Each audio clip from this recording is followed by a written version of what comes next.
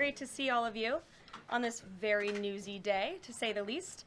I have a couple of updates for you this morning, or this afternoon. As you know, this morning, the president spoke to President Putin of Russia.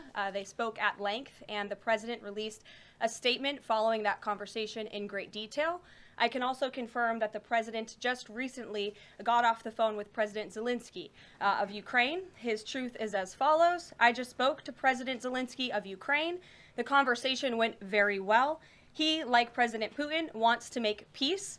We discussed a variety of topics having to do with the war, but mostly the meeting that is being set up on Friday in Munich, where Vice President J.D. Vance and Secretary of State Marco Rubio will lead the delegation. I am hopeful that the results of that meeting will be positive.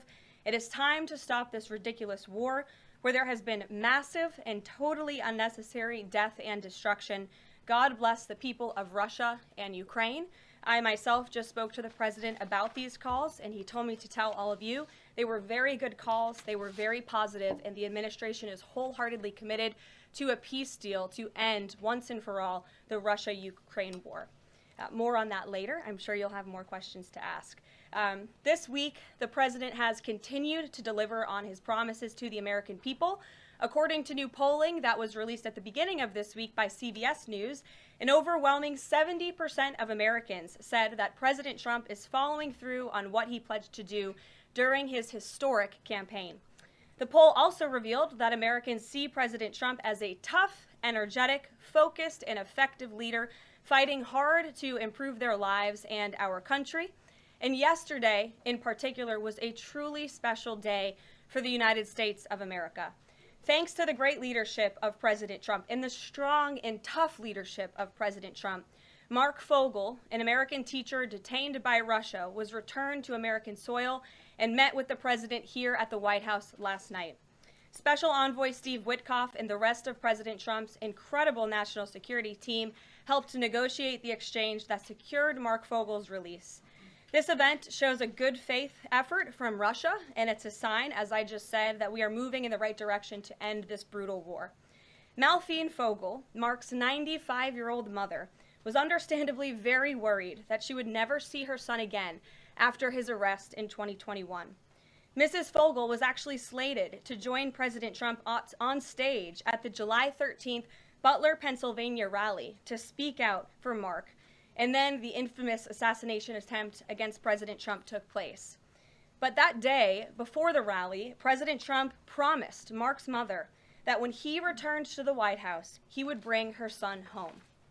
God saved President Trump's life on that day in Butler, Pennsylvania, and now Mark Fogel is back home safely with his family as a result. God is good. The president also continues to bring back common sense to our government. This week, he signed an EO to end the procurement and forced use of paper straws. Taxpayer dollars were wasted on these non-functional and massively unpopular products for no other reason than it made radical activists feel good about themselves. And on trade, President Trump continues to take bold action to protect America's critical steel and aluminum industries, much like he did in his first term. And the president signed proclamations to close existing loopholes and exemptions to restore a true 25% tariff on steel and elevate the tariff on aluminum to 25% as well. This administration believes these tariffs will protect our national security and put American workers first. And in the Oval Office yesterday with Elon Musk, President Trump took further action to make our federal government more efficient and effective. He signed an EO implementing the DOGE Workforce Optimization Initiative. Now agency heads will coordinate and consult with DOGE to significantly shrink the size of the federal workforce and limit hiring to essential positions only. The unaccountable bureaucracy will finally be reined in. On another important matter this morning, Senate Republicans continued to confirm President Trump's exceptionally qualified nominees, most recently Director of National Intelligence Tulsi Gabbard, who will be joining us later at the White House for her swearing-in ceremony. It's imperative that the remainder of the president's cabinet nominees are confirmed as quickly as possible. On another important matter this week, illegal alien criminals continue to be arrested and sent home as part of the ongoing mass deportation effort of the Trump administration. Just this week, 2 planes with 190 Venezuelan illegal aliens arrived in the Venezuelan capital from Fort Bliss, Texas. Here are some of the criminal illegal aliens who were arrested in the country this past week. ICE Atlanta arrested a citizen of Nigeria who had been convicted of money laundering. ICE San Antonio arrested a citizen of Mexico who had been convicted of assault. ICE Denver arrested a citizen of Mexico who had been convicted of aggravated assault. And ICE Houston arrested a citizen of Mexico who had been convicted of aggravated assault. Now, before I take questions, I would like to address an extremely dishonest narrative that we've seen emerging over the past few days. Many outlets in this room have been fear-mongering the American people into believing there is a constitutional crisis taking place here at the White House. I've been hearing those words a lot lately. But in fact, the real constitutional crisis is taking place within our judicial branch, where district court judges in liberal districts across the country are abusing their power to unilaterally block President Trump's basic executive authority. We believe these judges are acting as judicial activists rather than honest arbiters of the law, and they have issued at least 12 injunctions against this administration in the past 14 days, often without citing any evidence or grounds for their lawsuits. This is part of a larger concerted effort by Democrat activists and nothing more than the continuation of the weaponization of justice against President Trump. Quick news flash to these liberal judges who are supporting their obstructionist efforts: 77 million Americans voted to elect this president. And each injunction is an abuse of the rule of law and an attempt to thwart the will of the people. As the president clearly stated in the Oval Office yesterday, we will comply with the law in the courts, but we will also continue to seek every legal remedy to ultimately overturn these radical injunctions and ensure President Trump's policies can be enacted. So here in our new media seat today, we have Chris Pavlovsky, an entrepreneur who has a strong passion for protecting freedom of speech.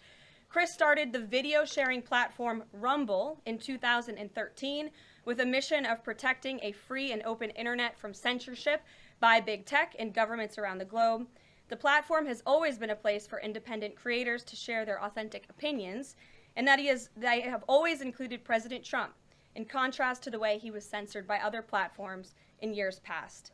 Since its founding, Rumble has grown exponentially, recently marking 67 million monthly active users. It's a lot of users.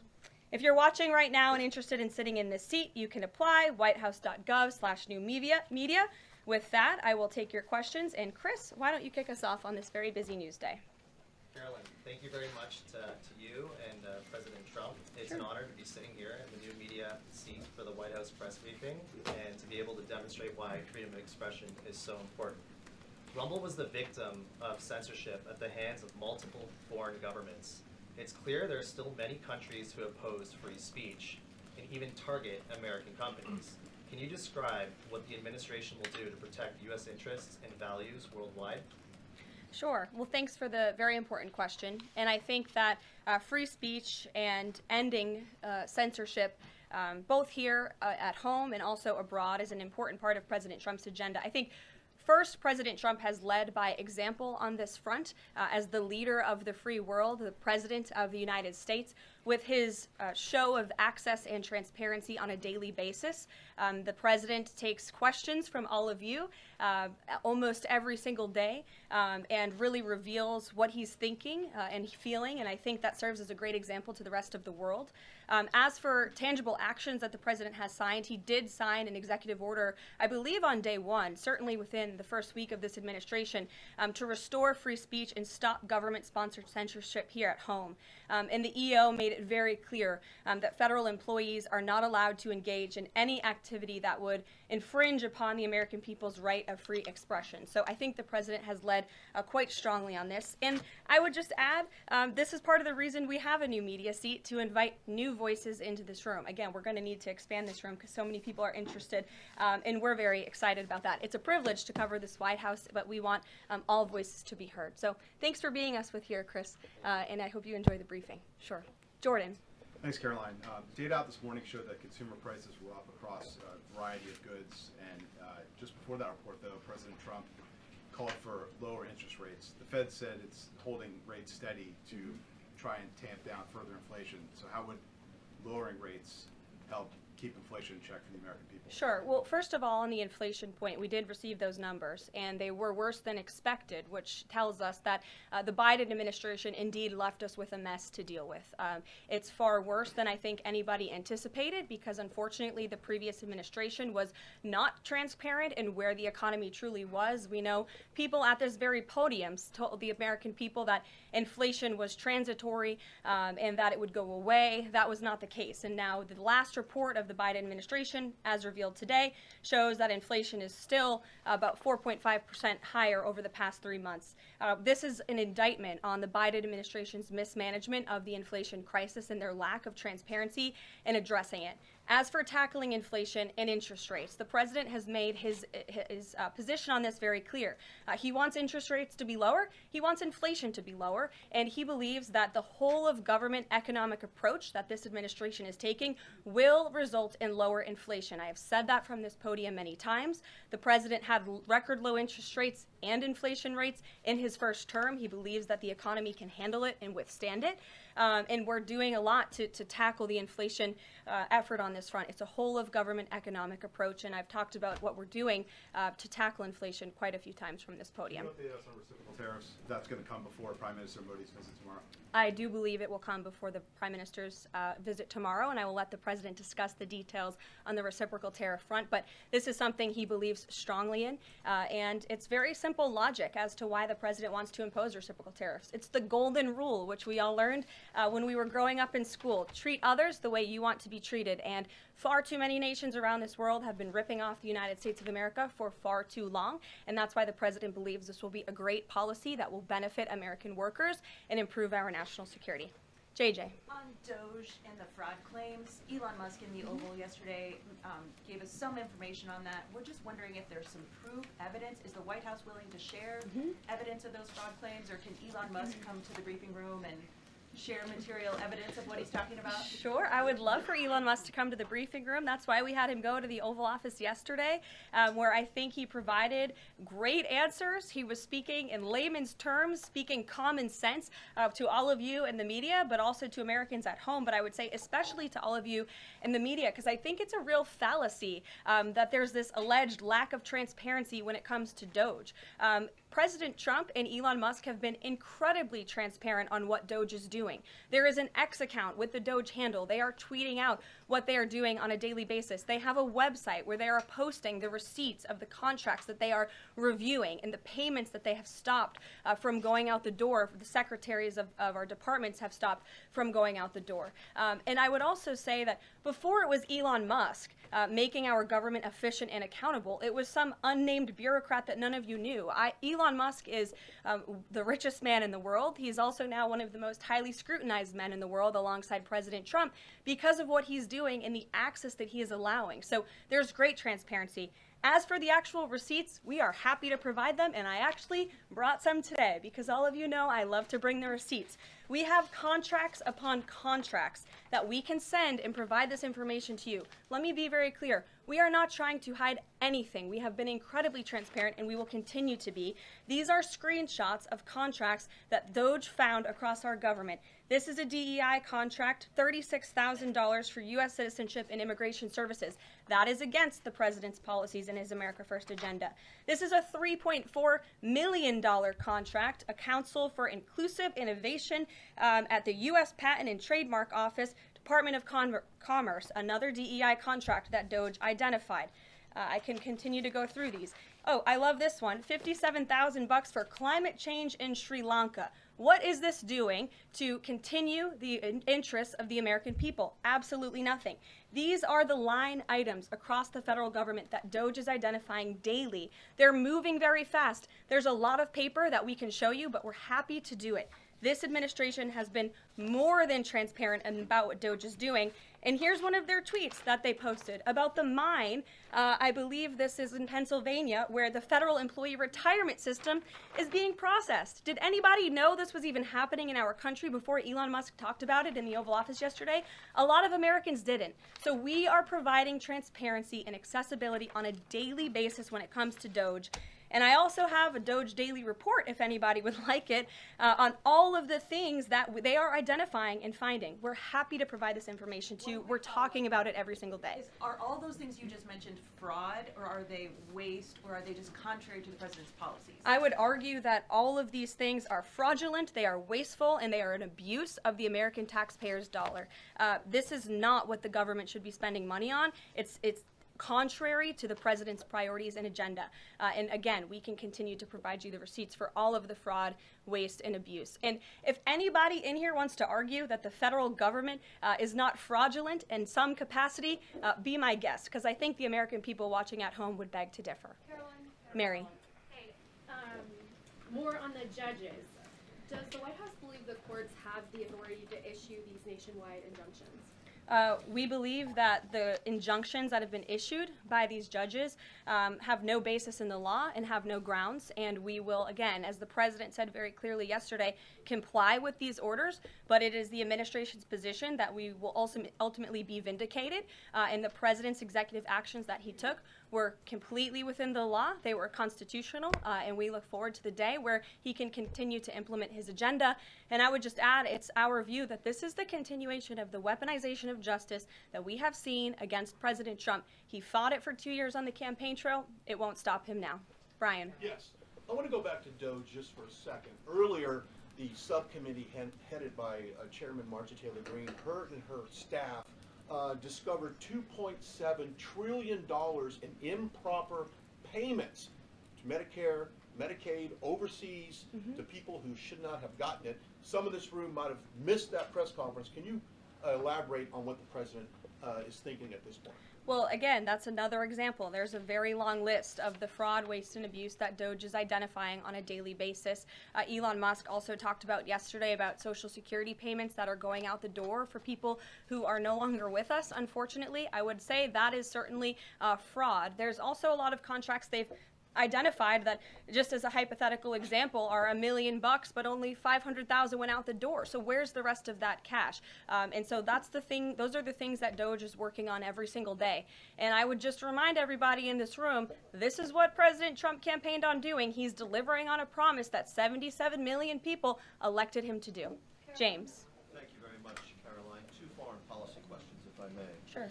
First, the statement that was released after this morning's phone calls identified Mr. Witkoff as the special envoy who will be part of the delegation that undertakes to resolve the Russia-Ukraine war.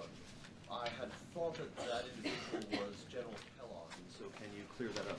Sure, I'd be happy to. As you mentioned, the president, in his truth, following the phone call with Vladimir Putin, said that he has asked Secretary of State Rubio, the director of the CIA, John Ratcliffe, our national security advisor here at the White House, Michael Watts, and Steve Witkoff to lead the negotiations. As for General Keith Kellogg, he remains a critical part of this team in this effort. He's played a tremendous role in getting the negotiations to this point, and he's very much still part of the Trump administration. The other subject is Iran. I took note of President Trump's comments in his Super Bowl interview with our colleague Brett Baer to the effect that he wants to do a deal with Iran. However, that interview appeared after the supreme leader of Iran, the Ayatollah Ali Khamenei, had already ruled out any additional negotiations with the United States. So kind of a two-part question. A, what gives the president any confidence that Iran will come to the table?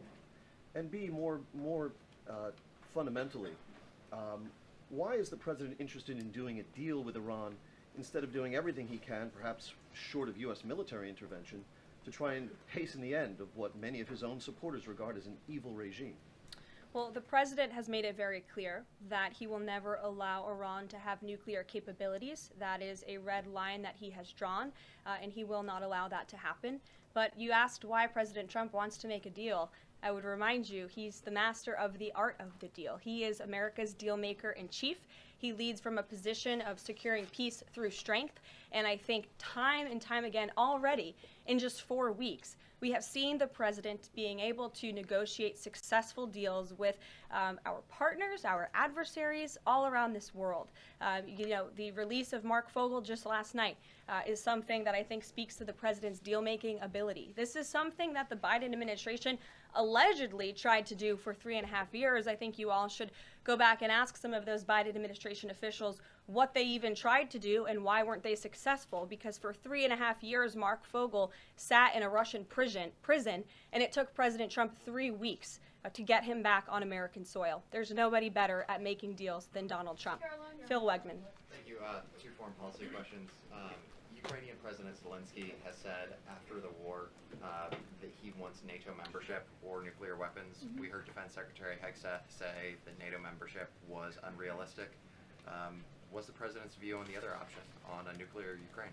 I have not talked to President Trump about Ukraine's NATO membership or their nuclear capabilities. I would leave it to him to discuss, but I will tell you again that Secretary Rubio and also the Vice President, J.D. Vance, will be meeting directly with President Zelensky in Munich on Friday, and I'm sure they will provide a readout of that conversation and that discussion. And then the second question, given that this administration has called on Europe to take more responsibility for their own defense, I'm wondering, will the EU or any other European nation other than Ukraine be involved in these peace talks?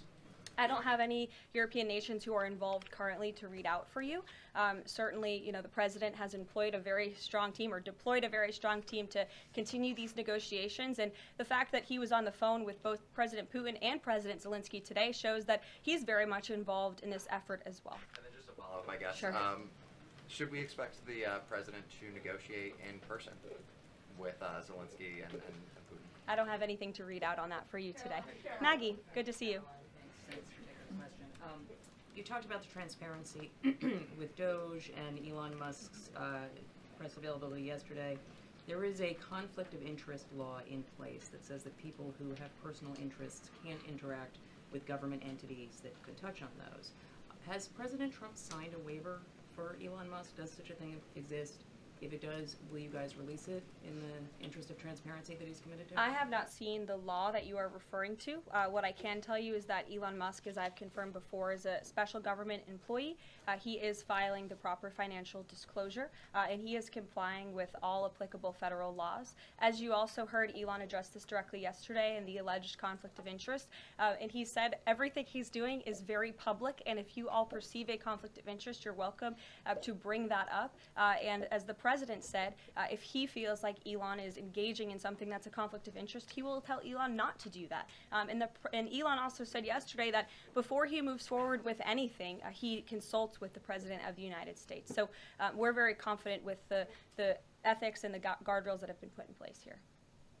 Caitlin. Thanks, Caroline. I have a few things for you, but on the commitment by President Trump, he said that he and President Putin agreed to visit each other's respective nations. Are there any preconditions that President Trump has that President Putin must do before he goes and meets with him, withdrawing some forces, withdrawing all forces, anything like that? Not that I'm aware of. That doesn't mean they don't exist, but I was just talking with the president in our national security team. I wasn't made aware of any conditions, but if they exist, I'm happy to provide those. And on the president himself, he styles himself as this master negotiator. He is now deploying these negotiations, saying that they start immediately. We did hear from the Defense Secretary, Pete Hegseth, today saying that NATO membership is not realistic for Ukraine, and neither is returning to pre-2014 borders. Aren't they giving away bargaining chips before these negotiations have even started? Again, I haven't talked to the president about Ukraine's NATO membership, and he appointed several individuals to negotiate on his behalf. He's directly involved in these negotiations as well, and I'm sure if you ask him that question in the near future, when you're able to, he'll give you an answer. I just don't want to get ahead of him on it. And final thing for you, which White House official made the decision to bar the AP reporter from the Oval Office and the diplomatic reception room last night? Well, first of all, let me just set the record straight. It is a privilege to cover this White House. It's a privilege to be the White House press secretary. And nobody has the right to go into the Oval Office and ask the President of the United States questions. That's an invitation that is given. And there are hundreds of outlets on this campus, many of you in this room who don't have the privilege of being part of that pool every single day and getting to ask the President questions. We reserve the right to decide who gets to go into the Oval Office, and you all have credentials to be here, including the Associated Press, who is in this briefing room today. But isn't it retaliatory in nature is the argument, because the reason that the AP was barred, which they said was because they're not using the phrase Gulf of America, they're using Gulf of Mexico in line with their standards. And so the question here is this setting a precedent that this White House will retaliate against reporters who don't use the language that you guys believe reporters should use? And how does that align with the First Amendment commitment that you were just talking about? I was very upfront in my briefing on day one that if we feel that there are lies being pushed by outlets in this room, we are going to hold those lies accountable. And it is a fact that the body of water off the coast of Louisiana is called the Gulf of America. And I'm not sure why news outlets don't want to call it that, but that is what it is. The Secretary of Interior has made that the official designation in the Geographical Identification Name Server, and Apple has recognized that, Google has recognized that, pretty much every other outlet in this room has recognized that body of water as the Gulf of America, and it's very important to this administration that we get that right, not just for people here at home, but also for the rest of the world. Sure. Thank you, Caroline. The prisoner exchange with Russia coming at the same time as the president is now announcing negotiations to end the war in Ukraine. The timing of that is hard to ignore. Was Ukraine discussed as part of this prisoner swap? I was not involved in those discussions, so I can't comment on whether that came up or not. What I can say is that this was a very good deal for the United States of America and for the rest of the world. As you know, we have confirmed that the Russian who will be returning home very soon, Alexander Vinnik, was a non-violent crypto criminal, and as part of this exchange, he has forfeited more than $100 million that he obtained in that illegal crime. And in exchange, of course, we got Mark Fogel, who is a middle school teacher who kissed the American soil, but kissed the ground last night when he returned to the United States of America. It was a great deal and a great day for our country, and I think everybody, regardless of political affiliation, agrees with that. And was Russia made aware ahead of time of the parameters that the administration and Secretary Hegseth was going to be announcing today? The NATO perimeters? Yes. I'm not sure. You'd have to ask Secretary Hegseth in the Defense Department on that, since he announced them.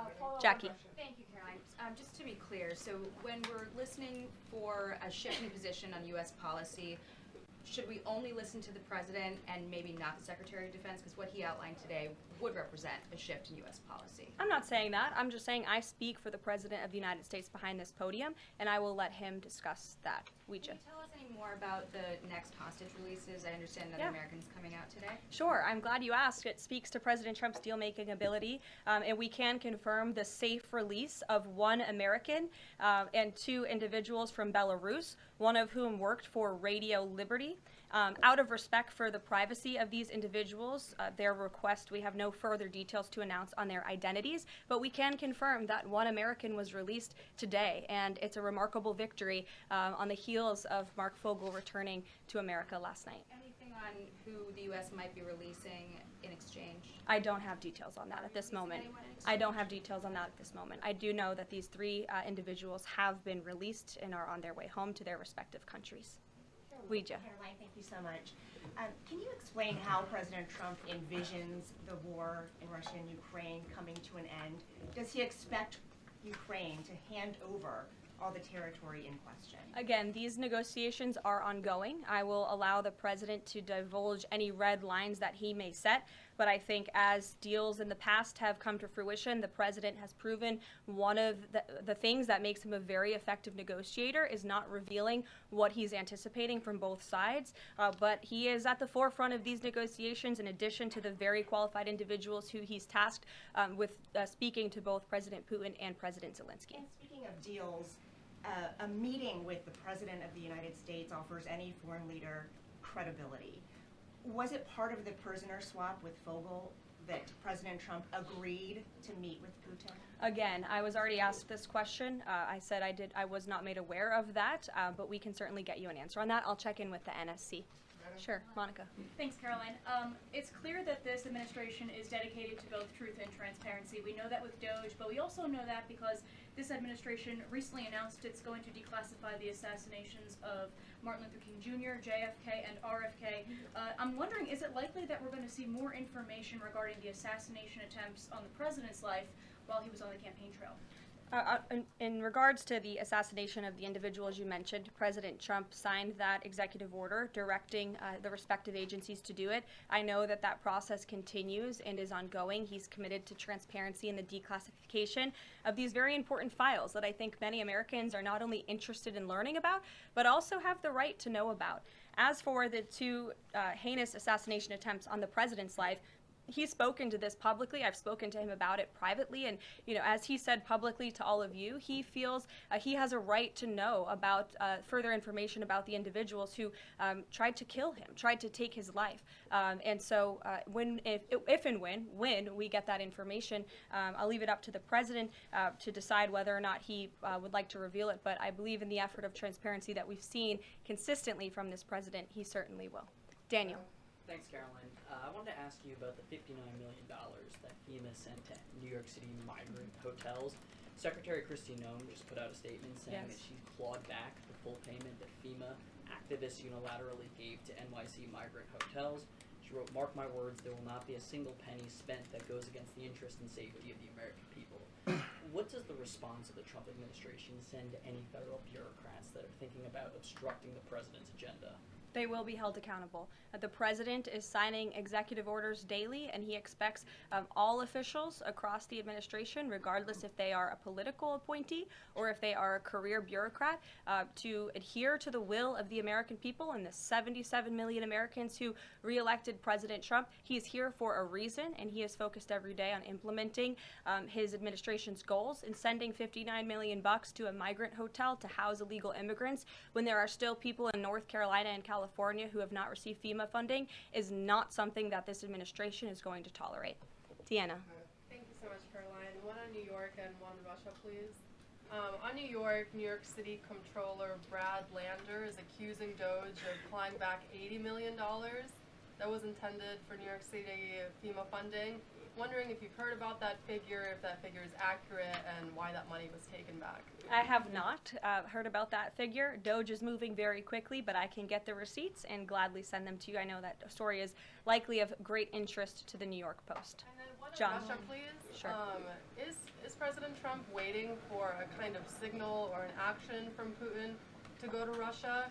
And would he be willing to go to Ukraine in the future? I don't have any decisions to make on the president's potential visit to Russia or any in-person meeting at this time.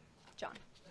Caroline, two questions, one on foreign policy, one on domestic policy. Following up on the president's call that he had with President Putin, does the president view Russia, does he view President Putin as an ally, as a partner, as a competitor, or as an adversary?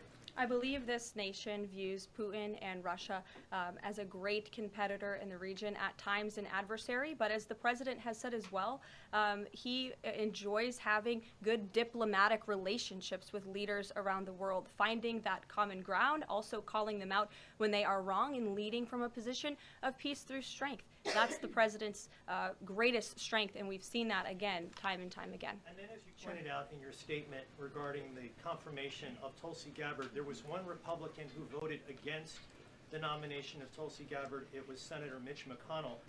Similarly, how does the administration view Senator McConnell? Can he be a partner in the president's legislative agenda? Are you disappointed that he voted against not only Tulsi Gabbard, but also Pete Hegseth to be the defense secretary? I think we're greatly disappointed in any Republican who chooses willfully to vote against the president's exceptionally qualified cabinet nominees and picks to lead his America First administration. Not a single Democrat swayed from voting against President Biden's nominees, and we know how many of them turned out. They turned out to be atrocious at their jobs, leaving America much worse than they were when they took the oath of office. And so I've said it repeatedly from this podium. I addressed it at the beginning of my remarks. We expect all Republicans to vote, to stay tough and strong, vote for President Trump's nominees so we can get to work and continue to work very hard to implement this president's agenda. Sure. Thank you, Caroline. On South Korea is currently in a chaotic situation. How does the President Trump react to the current chaotic situation in South Korea? Secondly, if South Korea needs help from United States, what role do you think the U.S. will play? Sure. I haven't spoken to the president about the ongoing situation in South Korea. I would defer you to his previous statements. And I can also see if I can get you something new from the National Security Council, who I'm very confident the officials that are focused on South Korea are on this. I just haven't spoken to them about it, but I'm happy to provide that for you. Yes. Thank you, Caroline. Does Elon Musk have power of the presidency? Absolutely not. Right. That's a ridiculous question. I asked that question because, you know, the Democrats have been hurling insults at Elon Musk, hurling attacks, calling him President Musk. Most recently, Jamie Raskin, the congressman, took it a step further, calling for Musk's impeachment, saying that he somehow usurped the power of the presidency. What's your response? It's utterly ridiculous. Elon Musk addressed this in the Oval Office yesterday. The president addressed it as well. Elon Musk is serving at the pleasure of the president, just like everybody else on this team. He takes directives directly from the president of the United States. And I think some of the comments that you referred to are nothing more than a failed attempt from the media and from Democrats to try to sow division in this White House. We saw them do it in the first term. We're not going to let them do it in the second term. This is a unified team who is working at the pleasure of the president to do what's right for the American people. I have one more quick housekeeping note before I leave you all today. The president wanted me to share with all of you that he had a wonderful meeting with King Abdullah of Jordan yesterday. They discussed many things, including the Gaza Strip and its future at great length. The king would much prefer that the Palestinians stay in place, with the additional land to be used for new development, which would greatly create jobs at levels never seen before. But the president feels it would be much better and more majestic if these Palestinians could be moved to safer areas. I would just add to that the president remains wholeheartedly committed to seeing peace in the Middle East, and our Arab partners in the region have been tasked with coming up with a peace plan to present to the president.